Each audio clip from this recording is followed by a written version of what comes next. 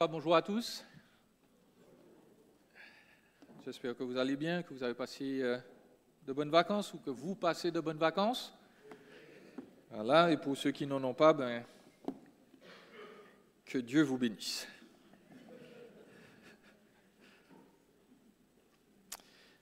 Merci pour tous ceux qui ont pensé à nous, prié pour nous. Nous avons passé de très bonnes vacances également. Nous avons vu de très belles choses et on s'est bien reposé. Comme vous pouvez le constater, j'ai bien mangé. Et je suis très heureux de me retrouver là avec vous ce matin. Mais voilà, vous n'êtes pas venus pour entendre ça. Je ne sais pas si vous avez remarqué dans certains documentaires ou vidéos à la télévision sur les éléphants domestiques en particulier. Souvent, que ce soit dans les cirques ou dans les pays où on les utilise, d'ailleurs toujours comme parfois animaux domestiques ou animaux touristiques. Les éléphants sont menés par des hommes, certes, mais ils sont menés par de toutes petites cordes. Quand je dis toutes petites, c'est par rapport à la taille de l'éléphant.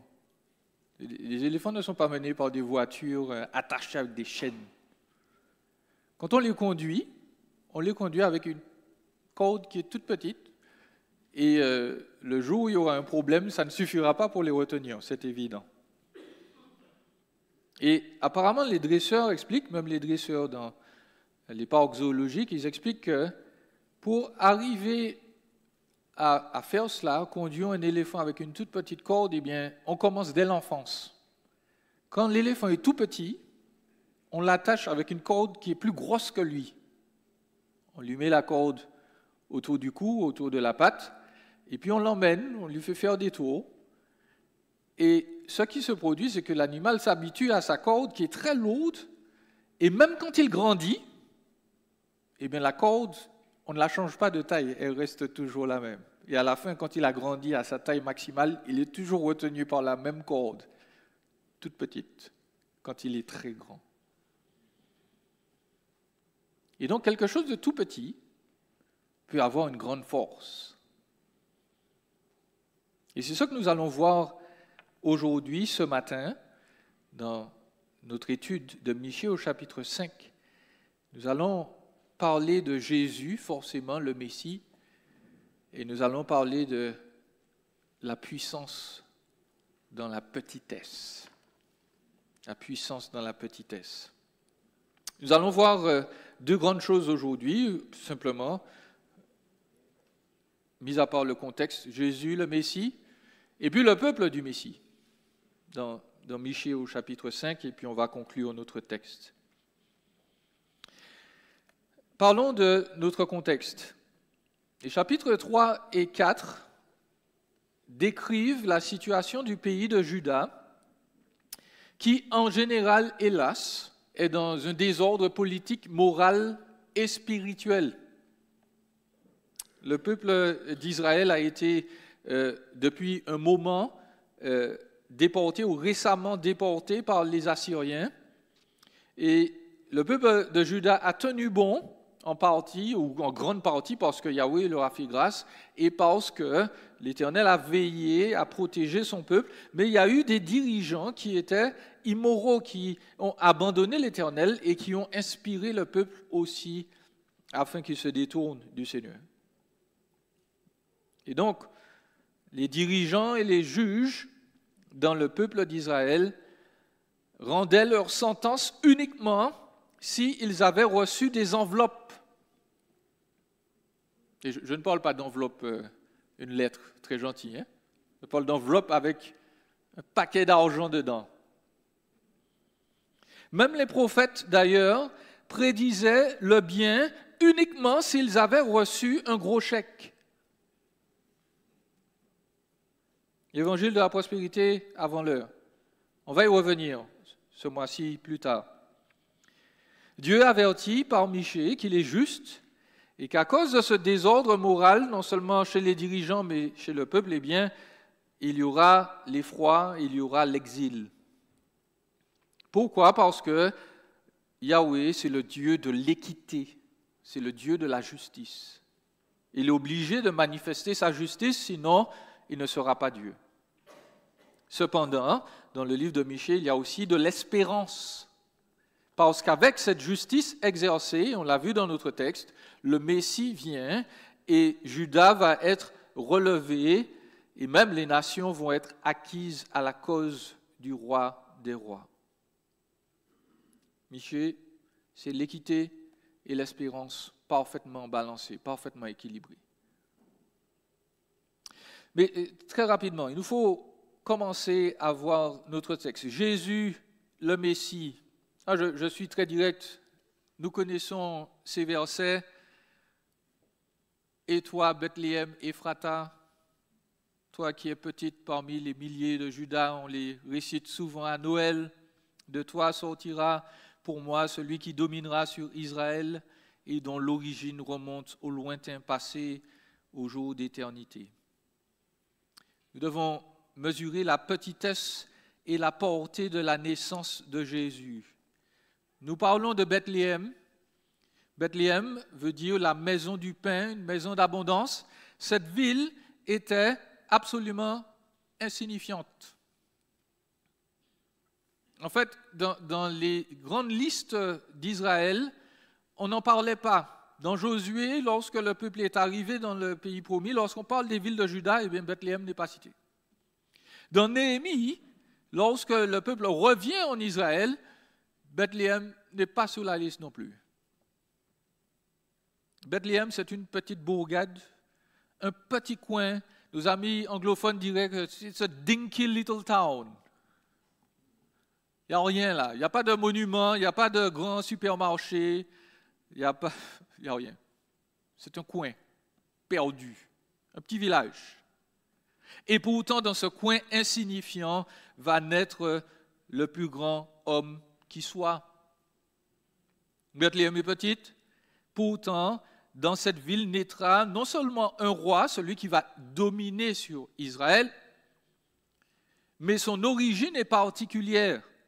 On nous dit qu'elle remonte au lointain passé, au jour d'éternité. Il va naître à Bethléem un roi qui est d'origine éternelle. Et puis, aussi, les deux termes, lointain passé, jour d'éternité, se réfèrent dans le contexte aussi à la ville de David. Les jours d'éternité, c'est une expression qui est utilisée pour parler de l'origine de la dynastie de David. David est né à Bethléem. Et celui qui va descendre de lui et qui va régner sur le monde doit naître aussi à Bethléem. Et donc, Dieu a promis de délivrer l'humanité de ses douleurs et de sa rébellion par un homme. Cet homme viendra de la nation d'Israël, il viendra donc d'Abraham, puis de la descendance de Juda, de la descendance de David. Il s'appelle Jésus. Jésus, pour rappel, est né à Bethléem, non pas parce que c'était prévu, mais parce que le roi ou l'empereur, de l'époque, me semble-t-il que c'est Auguste, avait demandé un recensement. Normalement, Joseph et Marie vivaient à Nazareth, mais ils ont dû retourner en Judée, à Bethléem, pour se faire inscrire pour le recensement, parce que visiblement, les deux sont d'origine davidique. Les deux viennent de la tribu de Juda et de la descendance de David. Et donc, la naissance de Jésus à Bethléem n'était pas prévue par les humains. Marie était enceinte. Et je vous rappelle que les moyens de transport à l'époque n'étaient certainement pas nos véhicules. C'était soit à pied, soit en char pour les gens extrêmement riches, soit sur le dos d'un mulet. Et pour une femme enceinte, ce n'est pas forcément le meilleur choix. Mais il n'empêche, ils étaient obligés d'y aller. Et donc, Joseph, Marie sont retournés à Bethléem et Jésus est né là-bas. On peut se dire, mais en quoi est-ce significatif? Eh bien, c'est très simple. Michée nous dit que le Messie, le roi d'Israël, le descendant de David, va naître à Bethléem. Il nous parle de Jésus et Michée a vécu au minimum 740 ans avant Jésus. 740. Autrement dit, cet élément nous rappelle que Jésus n'est pas un homme ordinaire. La Bible se centre sur lui. Elle nous annonce uniquement ce qui concerne Jésus, ou en priorité ce qui concerne Jésus. Et il faut bien nous en rappeler. Souvent, je l'ai entendu, les gens disent, bon, Dieu t'a écrit une lettre d'amour. Formidable. Oui, en grande partie vrai. Mais la lettre d'amour ne te concerne pas. Premièrement, la lettre d'amour, c'est pour te dire, viens aimer celui qui est le seul digne d'amour dans ce monde. Il s'appelle Jésus. Jésus lui-même déclare dans Jean 5, verset 39, vous sondez les Écritures parce que vous pensez, vous croyez avoir en elles la vie éternelle. Or, elle parle de moi. La Bible a été écrite pour nous parler de Jésus et nous serons vraiment heureux. Nous allons recevoir l'amour de Dieu lorsque nous serons en rapport, en relation véritable avec Jésus. De sorte que Jésus n'est pas un homme ordinaire et la Bible n'est pas un livre comme les autres. Elle connaît le futur, au moins 700 ans à l'avance. La Bible est vraiment la parole de Dieu. Les origines de Jésus, donc, sont petites, humainement, mais nous rappelons que Jésus, c'est le Seigneur, l'Éternel, le Tout-Puissant. Et justement, nous voulons parler de la puissance de l'œuvre de Jésus. Dans les versets 2, on nous annonce une triste nouvelle. On nous dit que Dieu, Yahweh, le Dieu d'Israël, va les abandonner.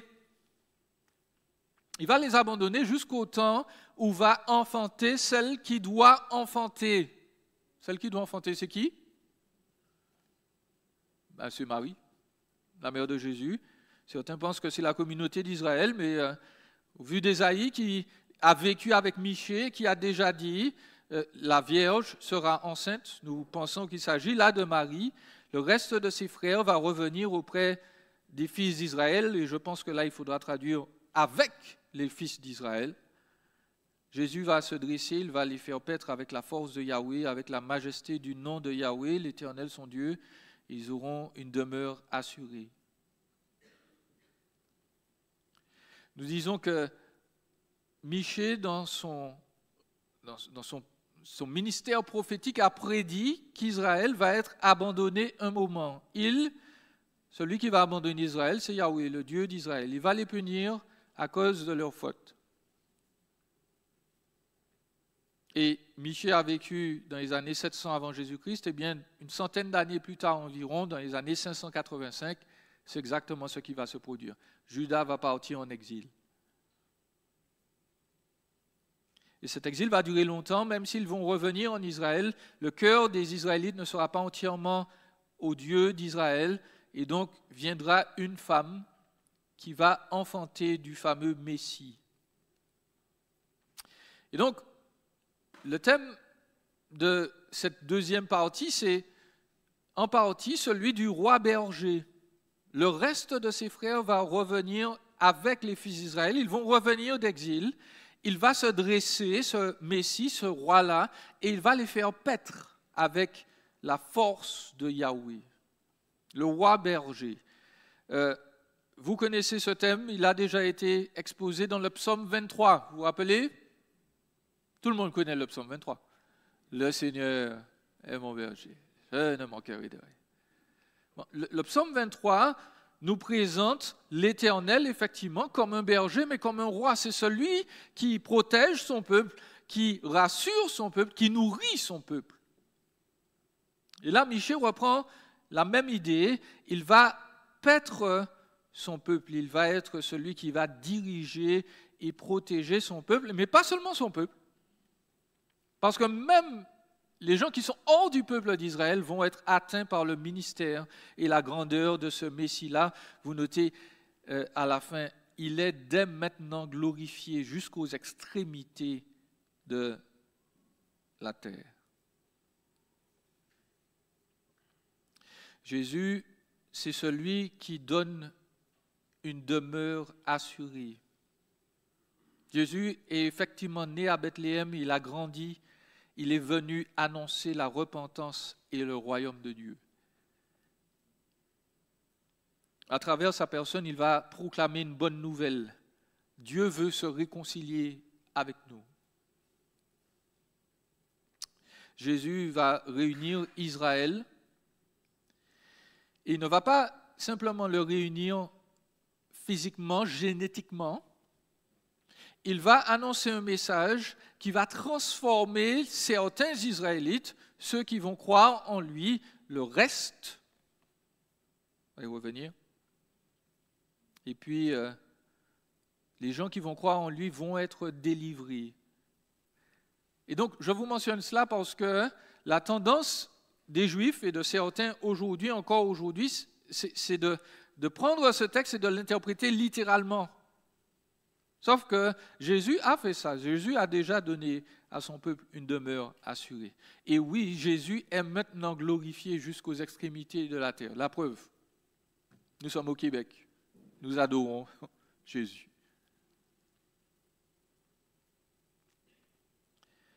L'Écriture nous le rappelle, tous ceux qui se confient en lui. Cela inclut des Juifs et des non-Juifs. Et c'est Jésus qui va assurer la stabilité et la sécurité de son peuple.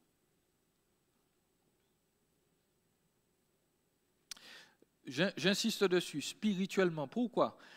Jésus va être la paix face à nos adversaires. C'est lui qui sera la paix. Versets 4 et 5, c'est lui qui sera la paix lorsque l'Assyrien viendra dans notre pays, qu'il pénétrera dans nos donjons.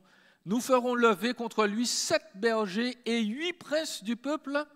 Ils vont gouverner le pays d'Assyrie avec l'épée, le pays de Nimrod au-dedans de ses portes.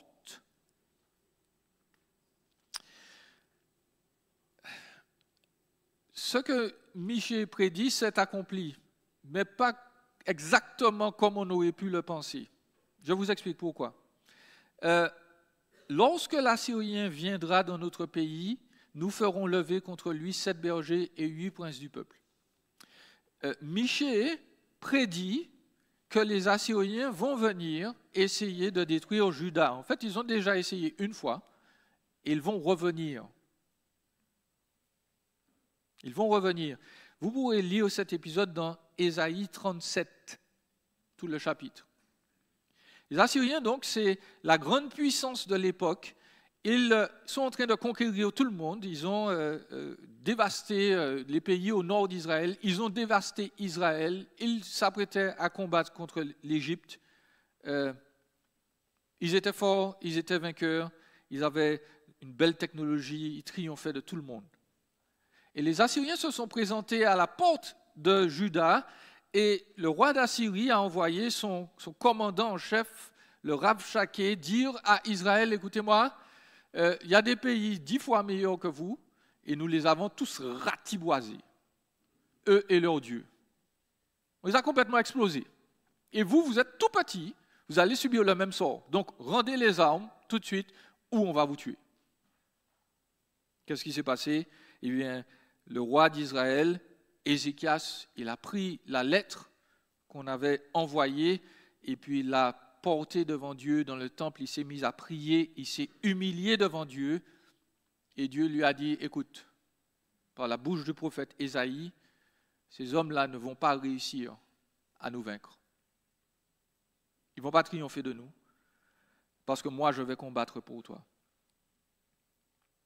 Et si vous lisez Ésaïe 37 sur la fin, l'Écriture nous dit que Dieu a fait un miracle pour les Judéens et Dieu a envoyé, certaines versions disent un ange, mais techniquement, Dieu lui-même s'est déplacé. C'est l'ange de Yahweh qui est venu. Jésus lui-même est descendu et il a massacré 186 000 Assyriens en une nuit. Ils se sont levés, les commandants en chef de l'armée se sont levés et 185 000 hommes étaient morts, sans explication. Ils sont repartis chez eux. Et le texte nous dit que Sennachérib, le roi assyrien, il est entré dans son temple, dans le temple de son Dieu pour sans doute lui demander qu'est-ce qui s'est passé. Et pendant qu'il est dans le temple de son Dieu, ses 2 fils qui sont là le coupent en morceaux et s'enfuient. Sennacherib a dit, votre Dieu, il ne sait pas faire grand-chose. Il s'est retrouvé dans son temple, devant son Dieu, et ses fils l'ont tué. On ne se moque pas de Dieu, chers amis. Ce qu'un homme sème, il le moissonne. Et donc, Michée a prédit tout ça. Il dit, c'est lui, c'est ce Messie-là qui sera notre paix, parce que lorsque l'Assyrien va venir, parce qu'il va venir, eh bien, nous aurons suffisamment de guerriers pour le repousser. Et puis là, il annonce après, dans la deuxième partie des versets, mais ces princes-là, ces bergers, vont dominer sur le pays d'Assyrie et le pays de Nimrod. Eh bien, ils vont être gouvernés par Israël. Bon, laissez-moi vous dire, c'est jamais arrivé. C'est jamais arrivé. Les Assyriens, aujourd'hui, représentent un petit peuple, entre 3 et 5 millions de personnes. Ils sont disséminés partout. C'est jamais arrivé. Michée, là, nous parle de manière spirituelle. Il nous dit, écoute, ce Messie va se lever, il va dominer sur la plus puissante des nations, il va dominer donc sur toutes les nations. Michée est en train de nous rapporter le fait que, là encore, Jésus va venir, il va prédire des temps d'éternité où non seulement nous n'aurons plus d'ennemis et d'opposition, parce qu'ils seront tous vaincus, mais il va prédire un temps aussi où Jésus va être le roi du monde, le roi de la terre, et même les nations à l'extérieur seront partie prenante, partie intégrante de son héritage. Jésus, donc, c'est l'unité de son Église. Tout comme il a rassemblé Israël lorsqu'il est venu, le vrai Israël, et l'a sauvé, tout comme il l'a protégé, eh bien Jésus, c'est l'unité de son Église et de son bien-être. Et je veux rappeler très rapidement que le bien-être, ce n'est pas forcément être à l'ombre, alors que nous avons la canicule, un petit cocktail dans la main à côté de sa piscine. Le bien-être, ce n'est pas être zen. Je ne sais pas si on dit ça ici au Québec, mais en France, ça faisait fureur. Je suis zen. Bon, déjà, si vous êtes chrétien, vous ne pouvez pas être zen. Parce que le mouvement zen, c'est un mouvement bouddhiste, hindouiste. C'est une pensée, une philosophie d'un culte qui déteste Jésus. Donc, les chrétiens ne sont pas zen. L'idée, c'était voilà, d'être plein de sérénité, de repos. Bon, non, on n'est pas zen, on est en Jésus. Le bien-être et la paix, ce n'est pas seulement ne pas être en conflit avec les autres. La paix véritable, bibliquement, premièrement, c'est l'absence de conflit avec Dieu. De sorte que quel que soit votre état émotionnel à l'heure actuelle, quelles que soient les pressions que vous avez à subir ou que vous subissez maintenant, si vous êtes caché en Jésus, vous êtes en paix. Parce que Dieu n'a rien à vous reprocher. Et s'il n'a rien à vous reprocher, l'épreuve que vous vivez maintenant, il va en triompher pour vous. C'est ça le bien-être. C'est ça la paix. Jésus, c'est le prince de paix. Il est pacifique, mais il est puissant. Avançons à notre deuxième point. Nous devons voir le peuple du Messie qui lui ressemble. Ce peuple est comme son roi, il est petit, mais il est puissant. Le reste de Jacob au verset 6 à 8 sera au milieu des peuples nombreux comme une rosée qui vient de Yahweh, comme des ondées sur l'herbe. Elles ne comptent pas sur l'homme, elles ne dépendent pas des humains. Le reste de Jacob sera parmi les nations, au milieu des peuples nombreux comme un lion parmi les bêtes de la forêt, comme un lionceau parmi les troupeaux de petits bétail. Lorsqu'il passe, il foule et déchire, et personne ne délivre. Le petit peuple de Dieu a un grand impact. Et Michée veut utiliser deux images pour nous aider à le comprendre. Premièrement, il utilise l'image de la rosée. La rosée.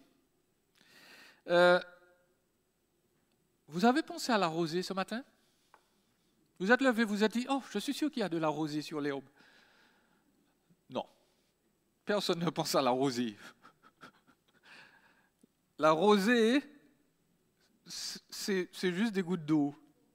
La condensation, là, phénomène qui se produit tous les matins, personne n'y pense. Elle est absolument insignifiante. Dans les pays désertiques, c'est sûr, elle est vitale, parce que la rosée fait vivre les plantes et certains animaux. Mais autrement, on n'y pense pas. Et le peuple de Dieu est exactement pareil.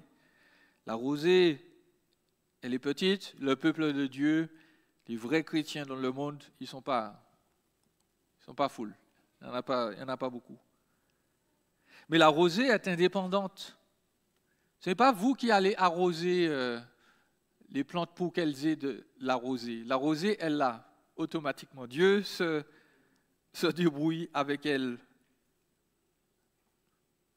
La deuxième image qui est utilisée donc, pour faire contraste, le peuple de Dieu est petit, comme de la rosée, insignifiant aux yeux des hommes.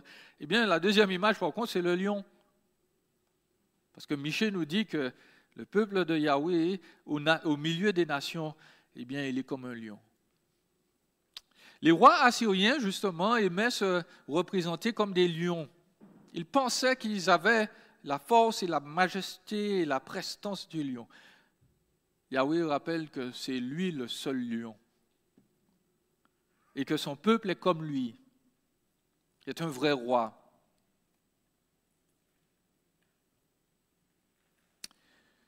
Nous ne voyons les lions que dans les parcs zoologiques. Hein. Pour nous, ce sont de très jolis chats. Ils ont l'air tellement mignons. Dans les années 90, il y a eu une histoire qui a défrayé la chronique en Afrique, au Kenya en particulier, dans la région du Tsavo. On a découvert qu'il y avait des gens qui travaillaient dans les champs et puis les matins, quand on allait dans leur case, dans leur petite maison, eh bien, ils avaient disparu. Et on a découvert après quelque temps que c'était 2 lions qui venaient la nuit, qui tuaient les gens, qui les emmenaient dans la brousse pour les manger, en partie. Parce que des fois, ils ne les mangeaient pas. Ils les tuaient tout simplement. En quelques mois, il y a eu entre 30 et 100 victimes. On ne sait pas exactement combien. Il y a une dame qui était partie dans un safari, dans une réserve en particulier où des lions avaient été domestiqués, élevés par les hommes depuis longtemps. Et on pouvait marcher avec eux, avec les guides dans la savane. Et on avait dit à tout le monde, il faut bien attacher vos cheveux. Surtout vous, mesdames, les dames occidentales avec de beaux et longs cheveux. On leur a dit, bah, mettez ça dans un foulard, il faut attacher les cheveux. Alors, il y a une dame, je pense qu'elle n'avait pas compris la consigne. Elle marchait tranquillement. Et puis brusquement, elle a senti 2 pattes sur ses épaules. Et puis elle a senti qu'on mettait un peu de pression sur sa tête comme ça. Elle est tombée par terre. Les guides se sont retournés. Ils ont attrapé des bâtons. Ils ont commencé à taper sur le lion. Et puis c'est comme ça qu'il est parti. Elle avait du sang partout dans la tête. Elle a survécu. Elle n'avait pas bien attaché ses cheveux. Et on lui a dit, vous avez survécu parce que le lion, en fait, il a pris vos cheveux pour une crinière. Il pensait que vous étiez un autre lion, il a voulu jouer avec vous. C'est pour ça que vous n'êtes pas morte. Parce que le lion lui avait attrapé la tête et puis il avait juste enlevé un peu de poil là. Mes amis, un lion, c'est dangereux. Lorsqu'un lion rugit, on l'entend à 8 km. Le texte veut nous dire que Yahweh et son peuple sont petits, oui, mais ils sont extrêmement puissants. Quand le peuple de Dieu prie, Dieu entend et il change la face du monde. Le peuple de Dieu est comme la rosée. Il ne dépend pas des bras des hommes. Nous n'avons pas de subvention du gouvernement pour nous aider. Nous dépendons de Yahweh et de son amour.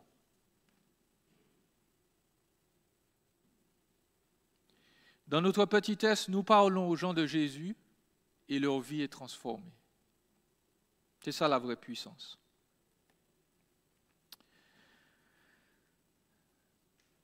Mais voilà. Il nous faut bientôt conclure très rapidement. Je veux ajouter que si Jésus est le sauveur, il rend son peuple puissant, il est aussi le juste juge. Les versets 9 à 14, je ne vais pas lire pour économiser du temps, Dieu promet de retrancher au milieu de nous ou au milieu du peuple les chevaux, c'est-à-dire l'appui militaire. Il va retirer de nous les appuis de sorcellerie, de magiciens. Il va ôter de son peuple les idoles et les statues. Il va exercer sa vengeance avec colère. Parce que, vous voyez, Dieu est gracieux et Dieu est toujours juste. De sorte que Dieu fait toujours grâce, mais en même temps, sa grâce, elle n'est pas bon marché. Nous devons nous sanctifier. Et donc, l'Écriture veut nous faire remarquer que Dieu va retrancher. Et là, le terme veut dire couper, il va déraciner, il va excommunier, il va détruire tout ce qui, dans nos vies, est un obstacle à cette relation-là que nous devons avoir avec lui. Et donc, tout simplement, devant l'injustice qui sévit dans les sphères judiciaires, politiques, religieuses, Jésus prévient qu'il va juger parce qu'il est le juste juge. Il va détruire les appuis militaires, les appuis occultes de sorcellerie, il va détruire l'idolâtrie. Je le précise parce que certains imaginent que Dieu est partial, que Dieu, par exemple, même dans l'Église aujourd'hui, on commence à penser que Dieu est d'accord avec les minorités. Dès qu'on est petit et faible, Dieu est d'accord avec nous. Parce que ça, c'est une mentalité qui existe dans le monde. On dit les minorités ont toujours raison. Elles ont été oppressées, nous dit-on, et donc elles savent vraiment comment vivre. Donc aujourd'hui, si on est noir, asiatique, hispanique, si on a un handicap, Dieu nous rend experts sur la manière dont il faut vivre et voir et faire et interpréter les choses. Et ce raisonnement s'est introduit dans certaines églises où on est allé jusqu'à demander, faire des petites cérémonies où on va faire des frères blancs demander pardon aux noirs parce qu'il y a eu de l'esclavage. Très respectueusement, c'est du n'importe quoi. Je ne sais pas si vous vous mettez dans cette situation. On vient vous voir pour que vous demandiez pardon pour les fautes de votre aïeux. C'est normal? C'est possible?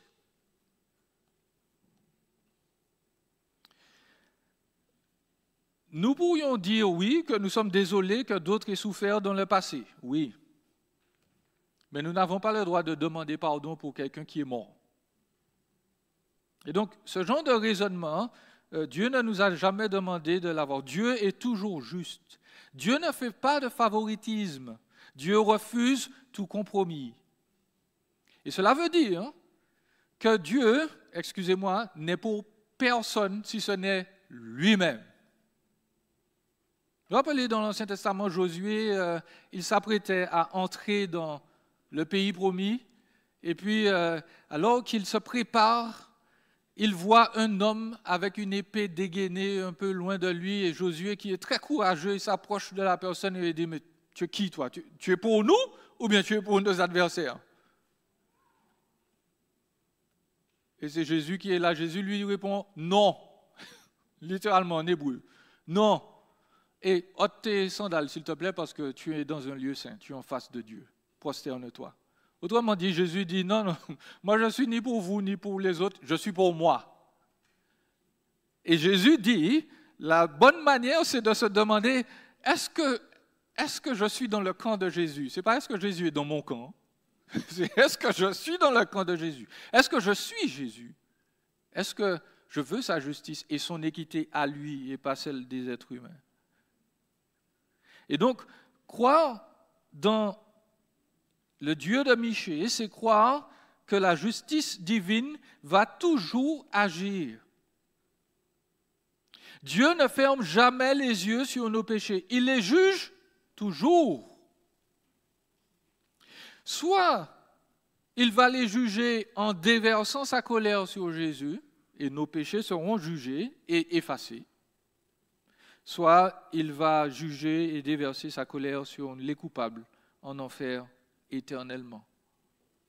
Et je veux rappeler que le châtiment d'un crime est toujours en rapport au crime et pas par rapport à sa victime. Il y a des gens qui disent que l'enfer ne peut pas exister parce que les êtres humains ne vivent que 80 ou 90 ans. Je rappelle gentiment, le crime a été commis contre Dieu, qui est éternel. Le châtiment doit être éternel. Et donc, frères et sœurs, Jésus déploie sa puissance pour détruire nos idoles et non pas forcément pour nous faire nous sentir mieux. Le but suprême de Dieu, ce n'est pas que nous soyons bien, mais que nous soyons bons, comme lui. Je conclus. Bethléem, c'était un petit village. Pourtant, le plus grand homme qui soit est né dans ce village. Et Jésus se plaît à utiliser des gens petits, faibles, inconnus comme lui. Dans 1 Corinthiens 1, verset 26, l'Écriture nous dit « Considérez, frères, comment vous avez été appelés. Il n'y a parmi vous ni beaucoup de sages, selon la chair, ni beaucoup de puissants, ni beaucoup de nobles, mais Dieu a choisi les choses folles du monde pour confondre les sages. Dieu a choisi les choses faibles du monde pour confondre les fortes. Dieu a choisi les choses viles du monde, celles qu'on méprise, celles qui ne sont pas, pour réduire à rien celles qui sont, afin que nulle chair ne se glorifie devant Dieu. Ça fait du bien à notre ego, n'est-ce pas? Si vous êtes parmi le peuple de Dieu, vous êtes fou, vous êtes faible, vous êtes vil. Ouch.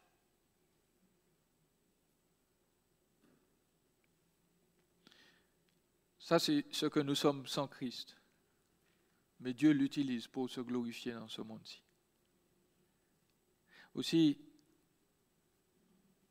je voudrais rappeler que même si vous êtes petit, même si vous êtes déficient, même si vous vous sentez incapable, Jésus vous dit, vous êtes à la bonne place.